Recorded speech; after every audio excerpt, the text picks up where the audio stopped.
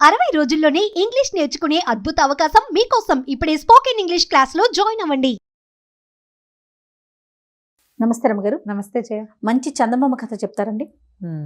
మోసగాళ్ళ కథ చెప్దాం. ఓ. తెలివైన మోసాలు ఒక్కళ్ళు ఒక్కో రకంగా చేస్తారు. ఇప్పుడు కూడా మనం మోసగాళ్ళని చూస్తాం చూడు, కొన్ని సభల్లో కూడా జరిగిపోతుంటాయి. అట్లా ఏదో ఇది చేస్తే గుడి వాళ్ళకి కళ్ళు వచ్చేస్తాయి, కుంటి వాళ్ళు నడిచేస్తారు, మూగవాళ్ళు మాట్లాడేస్తారు. అవునవును. అలా అవన్నీ ప్రీ ప్లాన్డే కదా. ఎప్పుడు కూడా ఇన్స్టెంట్గా మోసాలు తక్కువ జరుగుతాయి. ఓకే. ప్లాన్డ్ మోసాలే ఎక్కువ జరుగుతూ ఉంటాయి. ఒక ఊళ్ళో ఓ ఇద్దరు మోసగాళ్ళు కలిసి జనాన్ని మోసం చేసేవాళ్ళు.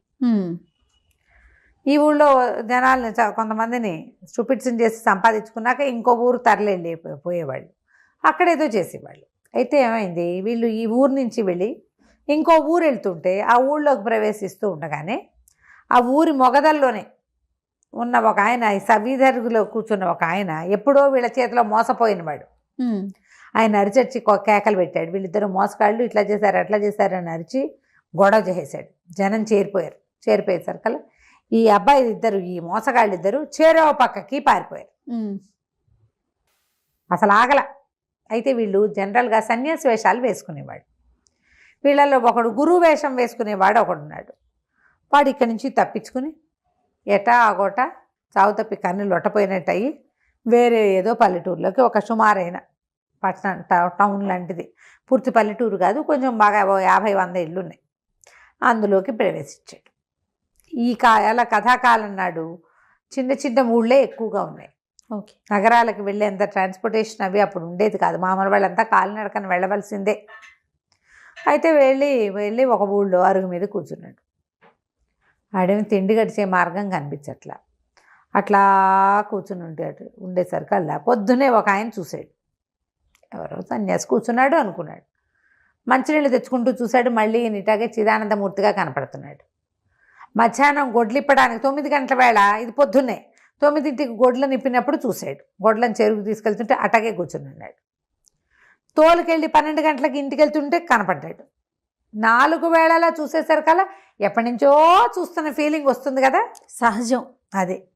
ఏంటి ఇన్ని మాటలు చూసినా ఇన్ని జపమే చేస్తున్నాడు, ఎవరో మహానుభావుడిలాగా ఉన్నాడని ఏం చేశాడు, ఇంటికి వెళ్ళి గబాలను ఒక ముద్ద అన్నం తినేసి వచ్చి వాళ్ళ ఆవిడ్ని ఏమే ఒక 2 అట్లు కాస్త పొట్లం కట్టివ్వు అని చెప్పి ఆవిడేదో అట్లు పోసుకుంటూ ఉంటే అట్లను ప్యాక్ చేయించుకుని వచ్చి ఈయన దగ్గర కూర్చున్నాడు.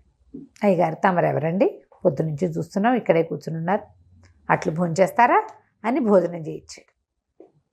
నాయన, నేను త్రికాల వేదిని, దేశ ప్రశ్నకైనా సమాధానం ఉంది నా దగ్గర. ఓహో, బాగుంది. పొద్దునుంచి జపం చేస్తున్నారు, ఏం చేస్తున్నారు, ఏ దేవుణ్ణి ప్రార్థిస్తున్నారంటే భగవంతుడినే నాయన. నేనట ప్రార్థిస్తూ ఉంటే నీకేదైనా ప్రశ్న ఉందనుకో, సమస్య ఉందనుకో, దాని సమాధానం నాకు తడుతుంది. ఎవడి సమాధానం నా దగ్గరకు వస్తుందో వాడు నా దగ్గరకు వస్తాడు. ఇంతమంది ఉన్నారా ఊళ్ళో, ఎవడు రాలో నువ్వు వచ్చావు అంటే నీకేదో ప్రశ్న ఉంది, నాకు ఇందాక వచ్చిన సమాధానం నీదే ఏంటిది, అడుగు, నీకేం కావాలి. మా చిన్నబ్బాయికి పెళ్ళి అవ్వలేదండి, పెళ్లి సంబంధాలు కుదరట్లేదు, అంతే కదా, ఇదిగో ఈ తాయెత్తు కట్టు అని ఒక తాయెత్తు తీసిచ్చాడు. ఆశ్చర్యపోయాడు. తాయెత్తు కడితే పెళ్ళి అవుతుందండి అన్నాడు. ఎందుకు కాదు, లక్షణంగా అవుతుంది. ఇప్పుడు చూడు, పొద్దున్నుంచి చూస్తున్నావు, నువ్వు నన్ను ఎప్పటి నుంచో చూస్తున్నావు, ఇంతమంది చూస్తున్నారు, ఎవ్వరూ రాలా, ఒక పిల్లవాడి పెళ్లి జరుగుతుంది అనేది కనపడింది నాకు. నీ ప్రశ్న నా సమాధానం ఒకటే, ఏం చూసావా అనేసరికల్లా ఆయన చాలా సంతోషించాడు. మరి సాయంకాలం భోజనం మేమే పెడతామండి మీకు. 3ంటికో 4ంటికో పొలం నుంచి పొద్దునే వెళ్ళేటప్పుడు చూశారు, కాషాయ బట్టలు కట్టు కూర్చున్నాడు ఆయన.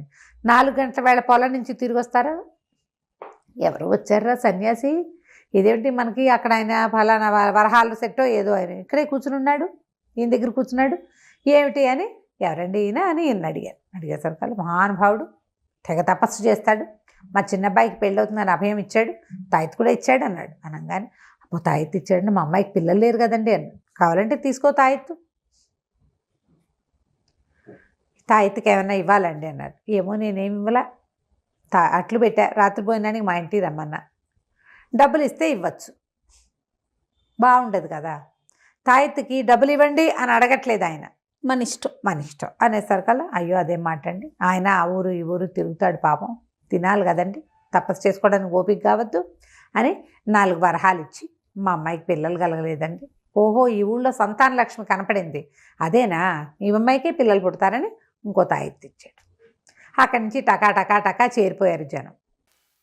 తాయితుల మీద ఒక్క గంట తిరిగేసరికి ఈయన ముందు పెట్టుకున్నటువంటి గావంచా నిండా నూనె ఇవి బిళ్ళలు చిల్లరే అన్ని ఈ కాయిన్స్. అప్పట్లో నోట్లు తక్కువ కదా, అవునవును. చేరిపోయారు. అందరికీ తాయెత్తులు ఇస్తున్నాడు. డబ్బులు ఇవ్వాలి అనేది ఒక నియమంగా అయిపోయింది. అందరు ఇస్తుంటే మనం ఇవ్వకుండా ఎట్ట కుదురుతుంది? అంతేగా, ఇస్తారు. ఇంతలో ఏమైంది, శిష్యుడు వచ్చాడు. వీడెవడు, మొదట వీళ్ళిద్దరు విడిపోయారు కదా, బయట దూరంగా నుంచి ఒరే పుండాకోర్ అని గట్టిగా అరిచాడు. దుర్మార్గుడు, వీడిని నమ్మమోకండి అని అరిచాడు. అరిచేసరికి జనాలు ఆశ్చర్యం, ఇదేమిటి, వాడు కొంచెం కాషాయంతో కట్టుకున్నాడు, చిన్న గావంచా కట్టుకుని చిన్న చొక్కా వేసుకున్నాడు, ఈయన పెద్ద వస్త్రం కట్టుకున్నాడు. అనేసరికి ఈయన గడ్డన్ని ఎదుర్కొంటూ వీడు మా పాత శిష్యుడు అన్నాడు. అనగానే జనాలు అతని దగ్గర ఏమిటి తిడుతున్నావు ఏమిటంటే, వీడొట్టి దుర్మార్గుడు, వాడిచ్చే తాయెత్తులు ఏవి పని చేయవు, వేస్ట్ ఫెలో వీడని తెగ తిట్టడం మొదలుపెట్టాడు. కొంతమంది జనాలు అటు చేరిపోయారు. ఈ డబ్బులు తీసుకుంటున్నాడంటే సరైన వాడు కాదనమాట.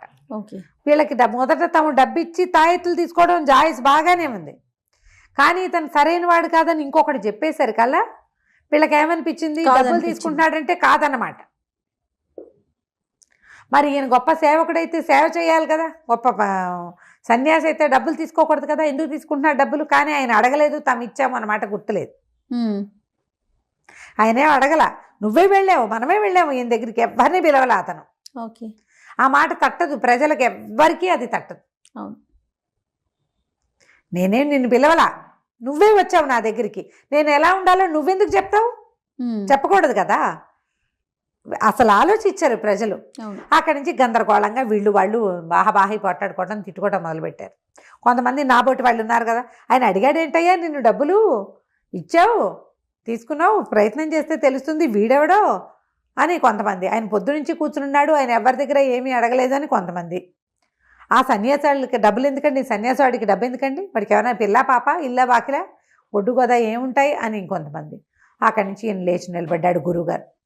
ఒరే అజ్ఞాని, ఎక్కువగా మాట్లాడకు, నీ మాట నిజమైతే ఈ కప్పు గోలి నా నెత్తి మీద పడుతుంది, అబద్ధమైతే నీ సంగతి అన్నాడు. అనంగానే ఈ శిష్యుడు బిళ్ళబీటగా విరుచుకుపడిపోయాడు.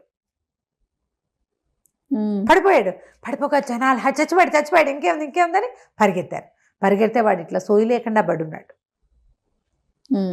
లెక్క ప్రకారం ఇప్పుడు ఆయన ఏం చెప్పాడు, నువ్వు చెప్పేది నిజమైతే కప్పుకూలు నా నెత్తి మీద పడాలి, అబద్ధమైతే నువ్వు అన్నాడు. అనంగానే పడిపోయాడంటే ఏమిటి అర్థం? గురువుగారు కరెక్ట్. అక్కడి నుంచి జనాలు పరుగులు పెట్టారు. ఇంకేముంది అన్నారు. ఇక ఈయన దగ్గర ఉన్న వాళ్ళంత మహానుభావ, మీరు ఎంత గొప్పవాళ్ళండి, పాపం వాడెవరికో శాపం పెడితే ఎట్లాగా, మీలాంటి మహానుభావులు శాపాలు అవి పెట్టకూడదు కదా, భగవంతుడి స్వరూపం మీరు, వాడిని బతికించండి, ఊరి నడిబడిలో చచ్చిపోయాడని కేకలు పెట్టారు ఇంకొంతమంది. ఈయనేం చేశాడు, లేచెళ్ళి వెళ్తే తాయెత్తు ఒకటి పుచ్చుకెళ్ళి ఆ తాయెత్తుని దండం పెట్టి కట్టాడు. గురు నీ దయ అని కట్టాడు. కట్టంగానే కింద పడిన లేచి కూర్చున్నాడు. గురుగారు నన్ను క్షమించండి, అజ్ఞానిని, చాలా పొరపాటు పడ్డాను, మిమ్మల్ని వాళ్ళు ఎవరో అంటుంటే అది నిజం అనుకున్నాను, దయచేసి నన్ను క్షమించి శిష్యుడిగా స్వీకరించండి అని పాదాలు పట్టుకోగానే గురువుగారు నన్ను క్షమించాను, పో, బతుకు, ఇక్కడి నుంచి వెళ్ళిపో అన్నాడు. ఆనంగానే వాడు బతుకు జీవుడా అని శిష్యుడు లేచి వెళ్ళిపోయాడు. ఈ అప్పటిదాకా సంచి ఒక ఏమిటి ఆ గావంచా మీద పడ్డాయి బిళ్ళలు, ఇప్పుడు మొత్తం గావంచా అంతా నిండిపోయేన్ని కాసులు పడ్డాయి. అక్కడి నుంచి వార వీర ప్రసాదాలు పదార్థాలు ఆహార పదార్థాలు పట్టుకొచ్చి భిక్ష అని పట్టుకొచ్చి ఇచ్చారు.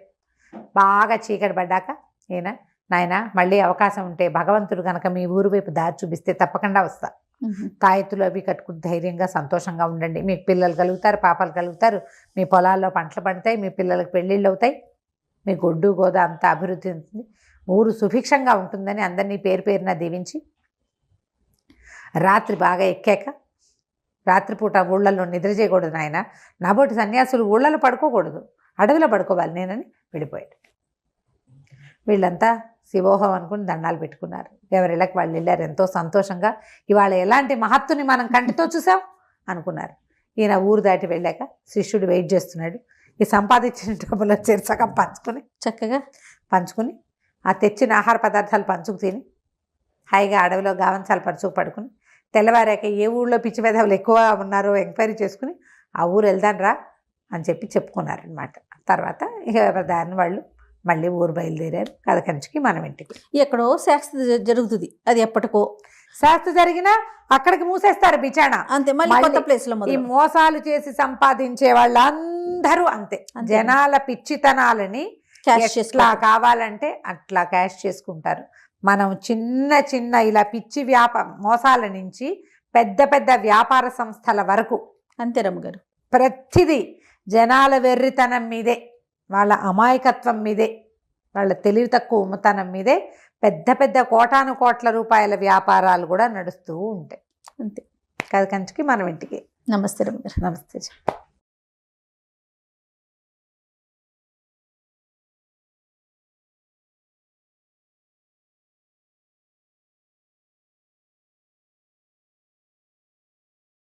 సుమన్ టీవీలో మీ పర్సనల్ అండ్ బిజినెస్ ప్రమోషన్స్ కోసం కింది నెంబర్కి కాంటాక్ట్ చేయండి.